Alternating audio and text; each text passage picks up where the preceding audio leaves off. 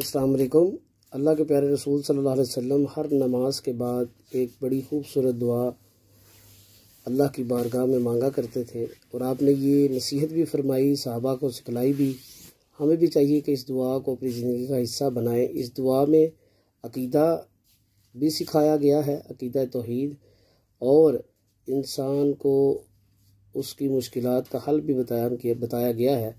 وہ دعا لا الہ الا اللہ وحدہ لا شریک لہ لہ الملک و لہ الحمد وہو علی کل شیء قدیر